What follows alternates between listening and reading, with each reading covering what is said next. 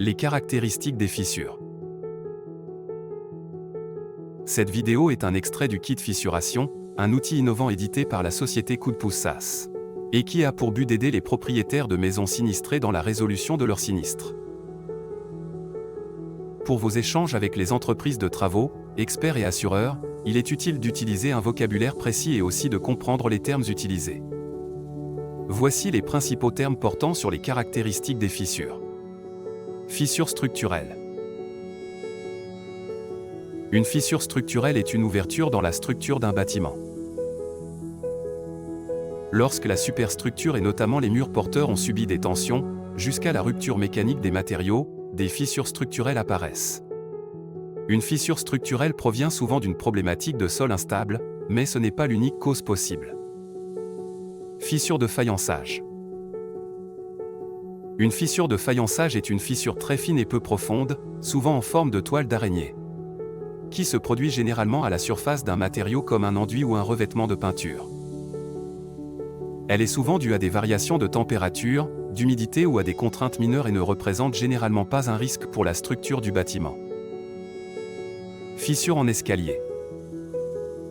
Une fissure en escalier est une fissure caractérisée par un tracé en forme d'escalier. C'est-à-dire qu'elle présente des segments de différentes longueurs et orientations qui se chevauchent pour former un motif en escalier. En général, une telle fissure suit les joints d'un mur maçonné, qui peut être en briques, en parpaing ou encore en pierre. Ce type de fissure peut être causé par différents facteurs tels que l'instabilité du sol ou un mouvement de fondation. Fissure traversante. Une fissure traversante est une fissure qu'on peut observer à la fois à l'extérieur et aussi à l'intérieur d'un bâtiment. Une telle fissure traverse complètement le matériau, de l'une de ses faces à l'autre. Elle peut être verticale, horizontale ou oblique et peut indiquer des problèmes structurels plus graves. Fissure infiltrante. Une fissure infiltrante est une fissure qui permet à l'eau de pénétrer. Elle se forme lorsque l'eau de pluie s'infiltre dans la fente créée par la fissure. L'infiltration se produit généralement de manière progressive, et l'eau peut stagner dans la fissure pendant un certain temps. En période de grand froid et de gel, la maçonnerie peut être endommagée. Fissure évolutive.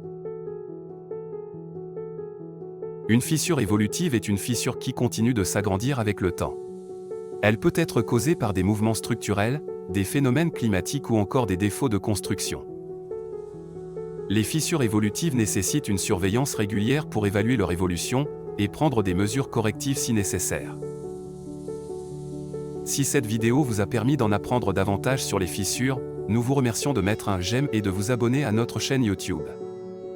Elle est extraite du kit Fissuration qui propose du contenu sur les causes des fissures, les risques et les solutions à envisager en termes de travaux et de recours.